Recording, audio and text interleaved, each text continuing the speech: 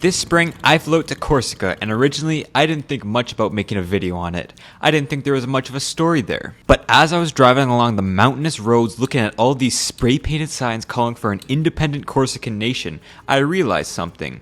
Was it that a small group of people determined enough can achieve their freedom? No. Was it that independence movements in the modern day are doomed to fail? Nope. It was that I spent a lot of money getting here and I would really like a tax credit by making a video about it. So I didn't Tom Scott it or Mr. Beat it on location, but you can still see the original footage collected by me. It's an interesting story nonetheless. So here's Corsica, a small island in the middle of the Mediterranean. It's a part of France, but it doesn't feel very French. Yeah, sure, most people speak French there, mostly as a second language, but Corsican is spoken among the citizens. And the cities and cuisine are more stereotypically Italian than French. Maybe it has something to do with not actually being attached to the mainland of France that gave Corsicans a feeling of isolation. Maybe it has something to do with the island being covered in mountains, with most people living in relatively small towns that gave them a stronger attachment to the community built from the ground up rather than an identity placed on them. But the anti-French vibes show up strongly on the island. I found plenty of these signs on the sides of their roads. Corsica is not France. Can't get any more explicit than that. Along with that, there are plenty of other separatist phrases spray painted across the island, bullet holes in road signs, and non-Corsican road names crossed off. But who knows how much that is actually popular sentiment or just a small group with a lot of spray paint. I get it, it's a small island, only about 350,000 people live on it. Corsicans want to keep their way of life, not a French way of life. The largest town, Ajaccio, only has 70,000 residents, and with only 30 people per square kilometer, it has a low population density, similar to Latvia, and think of their thriving village life. In terms of growth and opportunity, though, it has fallen behind. Much like the Southern European style architecture, it has a Southern European style economy. It has the lowest GDP in mainland France, third lowest per capita income, although it is still 30,000 euros a year, nothing poor, but some estimates give it a 20% rate of poverty compared to only 15% across France. It is the least industrialized region of France, only accounting for 16% of GDP and 7% of employment. Farming is pretty much non-existent after the traditional methods of agro-pastoralism were put to shame since industrial farms popped up. Even mining operations in the mountains shut down in the early 1900s because it was too expensive and too asbestosy. The mountains and maquis, basically just garbage soil, just can't support many farms, so Corsica is a net food importer. You know what else they're a net importer of? Energy, cars, boats, wood, and pretty much everything, exporting barely 100 million euros of goods in 2021, but importing over 600 million euros. So if industry is lackluster and they can't provide Europe with many goods, then how is Corsica still this rich? How do they make that money? Because of these mountains and this beach and these towns and this little pamphlet from tourism. Now, I haven't been able to find any concrete numbers on just how big their tourism industry is, but it allegedly accounts for over 80% of their GDP.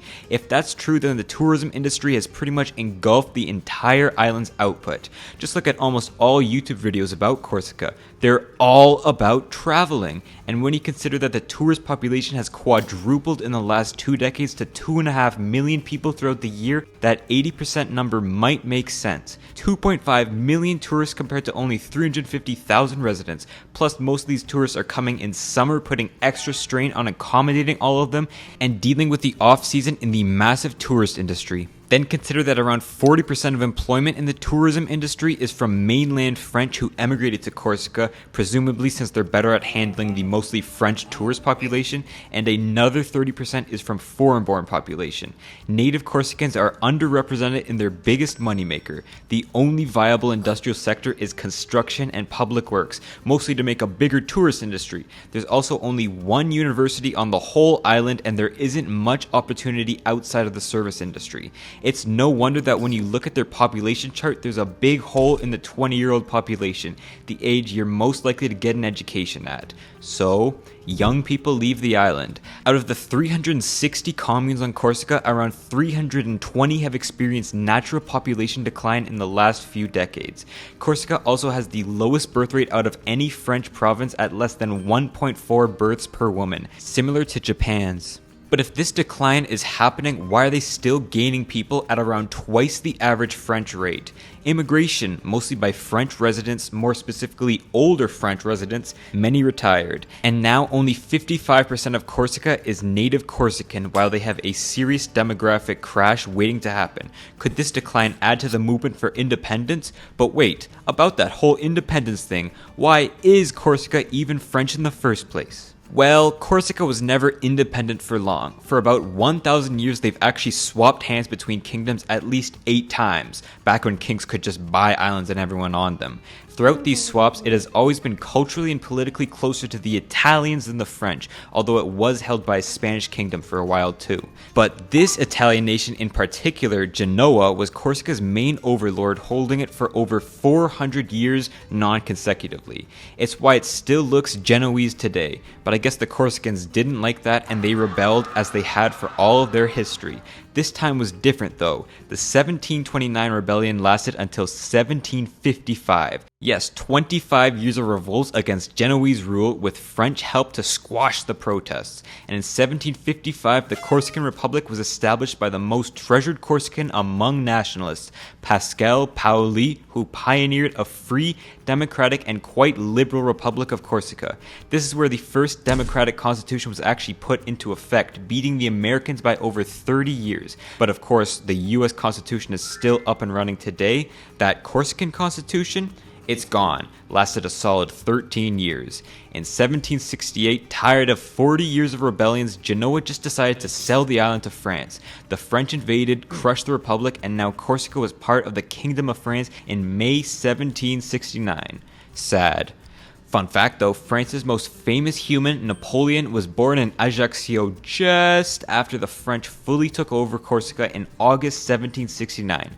Eventually he left Corsica to rule France and do all his wars and killings and all that, and then later statues of him were built all across the island. Humble guy. So ever since the French takeover, there's always been a separatist movement on the back burner, but the late 1900s was when it really started to organize. The largest separatist group, the National Liberation Front of Corsica, or FLNC, was founded in 1976 after a prolonged period of economic and demographic collapses, when traditional farming faded away, industry stagnated, and young people started leaving. Their goal? A free Corsica, but also the promotion of the Corsican language, agricultural reform, anti-French colonialism, and less dependence on tourism more recently. Are they freedom fighters or terrorists? It's a classic question with any of these types of groups. A free Corsica sounds nice if you're Corsican, but the FLNC is also responsible for hundreds of bombing attacks on government buildings, banks, sometimes even on innocent people's villas. But it can also be hard to take them seriously with these googly eyes on their masks though. Most recently, in 2019, they bombed 2 villas because Emmanuel Macron was visiting the island, and in 2022, there were riots in Ajaccio and Calvi over prominent separatist Ivan Colonna's death in prison. Ivan was a freedom fighter who assassinated the highest-ranking politician in Corsica in 1998.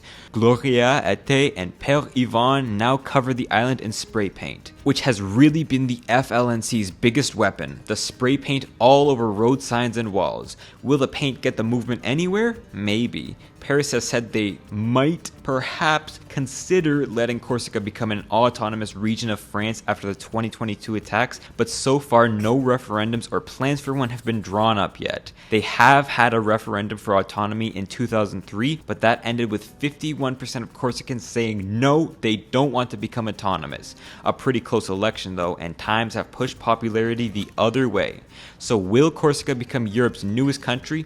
I don't know. There's definitely a movement for it, but the actual day-to-day life in Corsica might not be affected too much if it were free, thanks to the fact that it is an incredibly mountainous island. Towns and small Corsican communities are still the main way of organizing resources. Would that change much if it were free? But on the other hand, obviously something is wrong if most of your young people are leaving and the dominant and sometimes only viable industry is selling the island out to foreigners looking for nice views in a remote area. Corsica might become autonomous, it might become independent, but only one thing's for sure. There will always be spray paint on road signs until one of the two happen.